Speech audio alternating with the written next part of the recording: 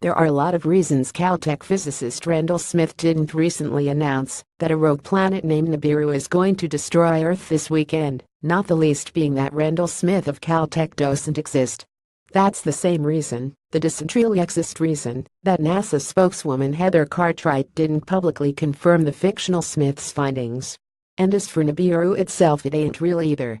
That's not the way the fever swamps in the more remote regions of the internet have it, of course.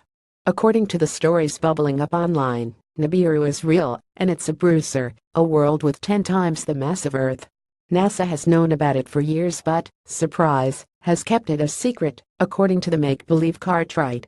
But the jig is up, because the planet is on a collision course with our world, and the end will come on September 23rd, or this Saturday.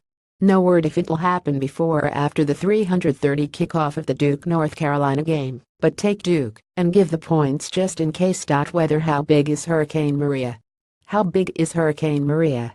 The end of world theory, despite its high preposterousness quotient, has legs.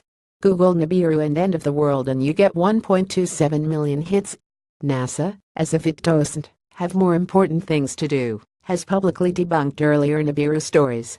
Snopes.com, which gets out of bed in the morning for exactly this kind of silliness, has debunked this newest version of the tall tale. And yet there are still a lot of people out there sweating what's coming. There's no definite source of the origin of the current rumor, any more than there's been one for any of the uncounted end-of-world scares that have been coming along practically, as long as there's been a world to end in the first place. Nibiru does sound suspiciously similar to the informally named Planet 9, a theorized planet announced last year, which may orbit the Sun at 20 times the distance of Neptune, and, like Nibiru, have 10 times the mass of Earth.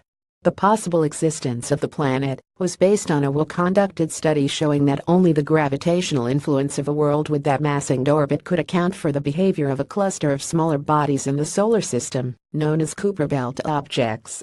Giving more explicit voice to the warnings of a Saturday checkout time for all of us is conspiracy fabulous David Mead, whose YouTube video making his and Disney case has amassed 3.2 million views so far.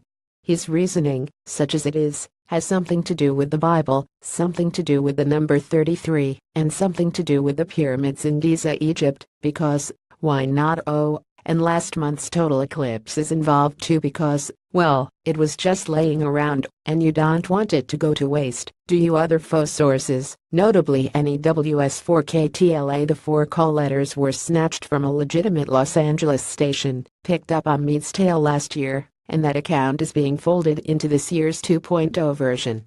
All these rock-solid sources notwithstanding, you can probably feel safe keeping your Saturday plans. For starters, consider the size of the fanciful Nibiru. If a bit of protoplanetary gravel like Pluto could be discovered by an amateur astronomer in 1930 using the limited technology of the time, a marauding beast like Nibiru would have been spotted by telescopic eyes all over the planet, not to mention orbiting above it, long ago. What's more, a great flying world with so much mass would exert a powerful gravitational influence on anything around it. Send it tearing through the solar system, and it would scatter the planets and moons it passes like 10 pins. What's more, since Nibiru is said to have last passed this way just 3,500 years ago, barely an hour by cosmic standards, the solar system would not remotely have had time to rearrange itself into the orderly pattern of orbital wheels within wheels that exists today, and has in fact existed for billions of years. The solar system was here long before cat videos, Facebook memes and internet fruitcake selling internet hooey, and the odds are pretty good it'll outlast them all. The real planets can feel free to go about their business and have a pleasant weekend, and so can the rest of us.